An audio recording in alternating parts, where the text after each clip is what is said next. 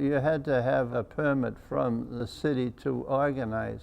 And if a company was disruptive or troublesome, they would take away that document and hope that another group would organize.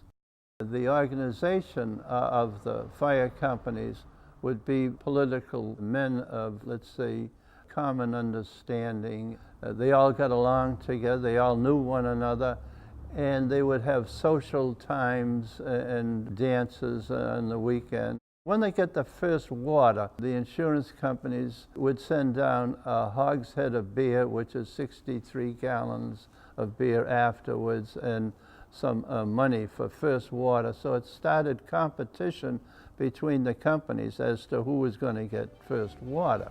Quite often, if the companies running against one another, it would start a fight between the two of them, and of course the building would continue to burn while they decided eventually as to who was going to get first water on the building.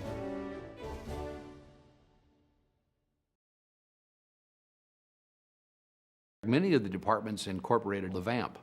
Now what the vamp was a kid who wasn't old enough to be a fireman yet, but the vamp would grab a torch off the front of the firehouse and run ahead of the fireman and use as much noise as he could to get people out of the way. Because when these firefighters came out of those fire stations with 15, 20 guys hauling a machine, everything in their way was in danger.